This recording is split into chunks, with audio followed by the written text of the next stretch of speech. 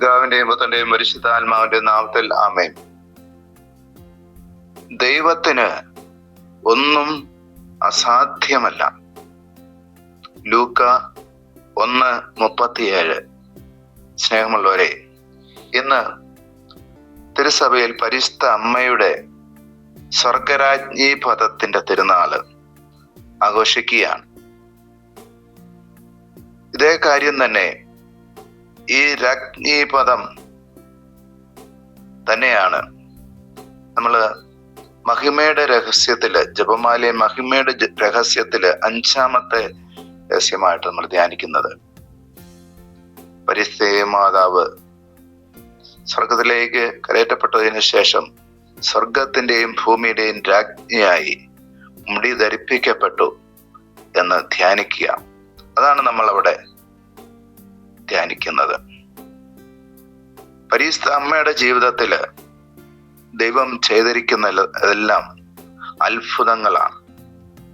ദൈവത്തിന്റെ അമ്മയായി തിരഞ്ഞെടുക്കപ്പെടുവാനുള്ള അനുഗ്രഹം, അത്ഭുതം, പാപമില്ലാതെ ജനിക്കുവാനുള്ള അവസരം, പാപമേശാതെ ജീവിതകാലം മുഴുവൻ അമലോത്ഭവയായിട്ട്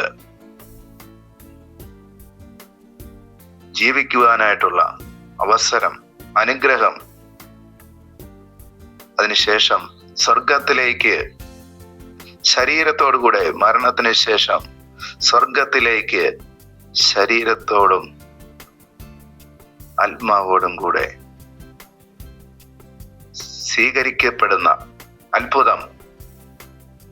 ഇതാ, അതിനുശേഷം ഒരാഴ്ചയ്ക്ക് ശേഷം ഇന്ന് സ്വർഗത്തിന്റെയും ഭൂമിയുടെയും രാജ്ഞിയായി തന്റെ പുത്രനാൽ മുടി ധരിപ്പിക്കപ്പെടുന്ന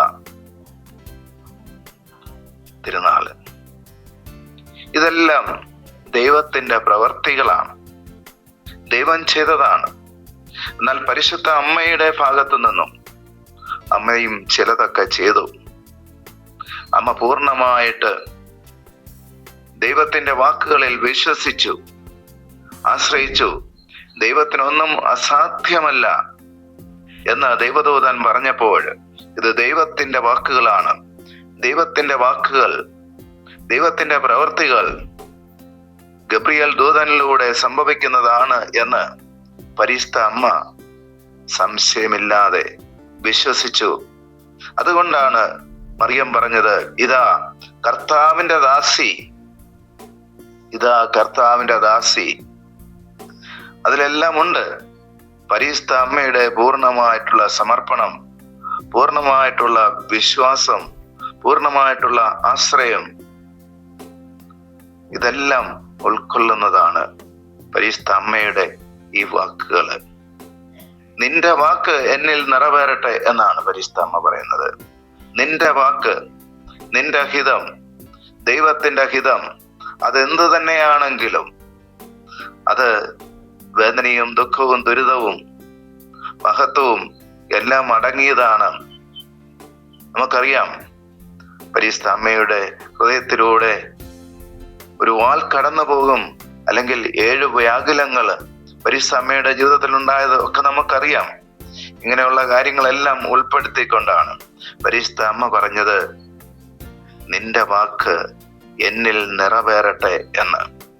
അങ്ങനെ ദൈവത്തിന്റെ വാക്കുകൾ, ദൈവത്തിന്റെ ഇഷ്ടം നിറവേറുവാൻ വേണ്ടി വിട്ടുകൊടുത്തപ്പോൾ നടന്ന അത്ഭുതങ്ങളാണ് പരിശുദ്ധ അമ്മയുടെ ജീവിതത്തിൽ നാം കാണുന്നത്. സ്നേഹമുള്ളവരെ, പരിശുദ്ധ അമ്മ സ്വർഗത്തിന്റെ മാത്രം രാജ്ഞിയല്ല, ഭൂമിയുടെയും രാജ്ഞിയാണ് എന്ന് നാം മറക്കരുത്. നമ്മുടെയൊക്കെ ജീവിതത്തില് ഏത് സമയവും എന്ത് അത്ഭുതം വേണമെങ്കിലും, എന്ത് കാര്യം വേണമെങ്കിലും ചെയ്യുവാന് പരിശുദ്ധ അമ്മയ്ക്ക് സാധിക്കും. ഇന്നലെ ഒരു കുടുംബത്തിലെ വീട്ടമ്മയുമായിട്ട് സംസാരിച്ചുകൊണ്ടിരുന്നപ്പോൾ അമ്മ എന്നോട് പങ്കുവച്ചു, അവരുടെ ജീവിതത്തില് 2-3 മാസങ്ങൾക്ക് മുമ്പ് പരിശുദ്ധ അമ്മ ഒരു സാരിയും ബ്ലൗസും നൽകിക്കൊണ്ടാണ് അനുഗ്രഹിച്ചത്. അത് പരിശുദ്ധ അമ്മയെ സംബന്ധിച്ചിടത്തോളം വലിയ കാര്യമല്ല. ചിലർക്ക് ജപമാല നൽകിക്കൊണ്ട് പരിശുദ്ധ അമ്മ ഇടപെട്ടിട്ടുണ്ട്.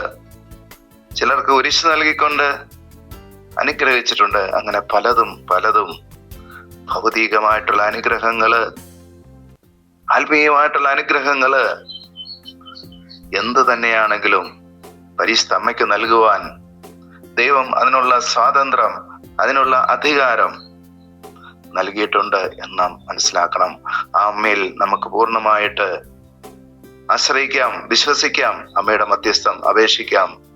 ആമേൻ. നമ്മുടെ കർത്താവായ യേശു മിശിഹായുടെ കൃപയും പിതാവായ ദൈവത്തിന്റെ സ്നേഹവും പരിശുദ്ധാത്മാവിന്റെ സഹവാസവും നമ്മെല്ലാവരും ഉണ്ടായിരിക്കട്ടെ, ഇപ്പോഴും എപ്പോഴും എന്നേക്കും. ആമേൻ. യേശു മിശിഹായ്ക്ക് സ്തുതിയായിരിക്കട്ടെ.